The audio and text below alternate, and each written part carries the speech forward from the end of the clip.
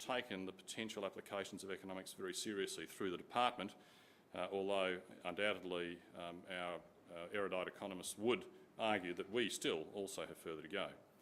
And I would say that across the department, scepticism about the benefit of economics as a profession has increasingly given way to respectful acceptance and integration of that perspective within the work we do, whether it's in planning our science, infrastructure development, a number of different areas. I think we are increasingly, we have integrated economics into our thinking. Now, I'm going to now move to finish by commending the efforts that many of you are making to strengthen the contribution of economic analysis to policy.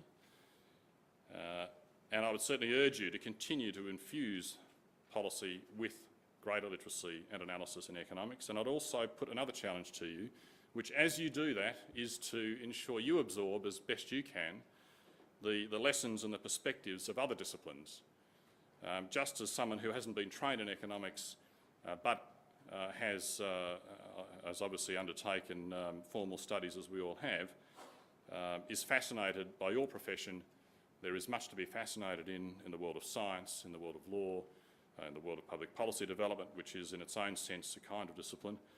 And I'd certainly urge you to broaden your own perspectives significantly enough that engaging in multidisciplinary teams, you are reasonably literate in the languages they speak.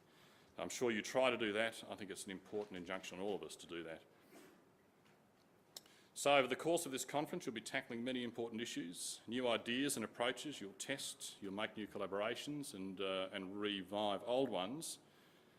And I'm quite confident that the sophistication, the rigour with which we as a society, and indeed our government here, tackles today's monumental challenges, I'm quite sure that that will owe something to the outcomes of this conference.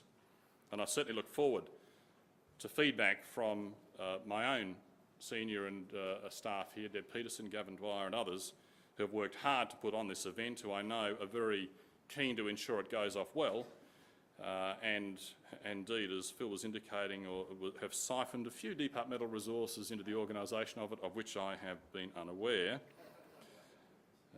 I'm very keen to hear their feedback as to how in the end this all goes, and I look forward to joining you tomorrow for another session.